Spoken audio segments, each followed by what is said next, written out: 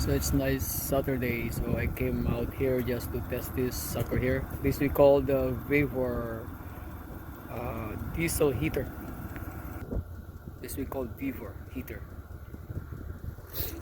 So I tried to hook it up with a 12 volts jump starter 12 volts, but it's not working.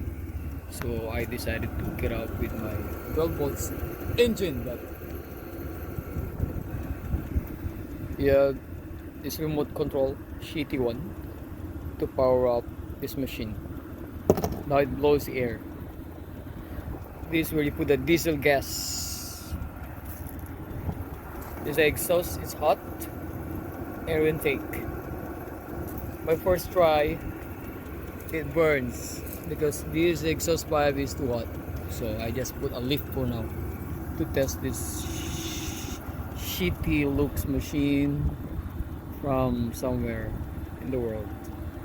Looks cool. It's heating up. Good for camping. You can put this in your RV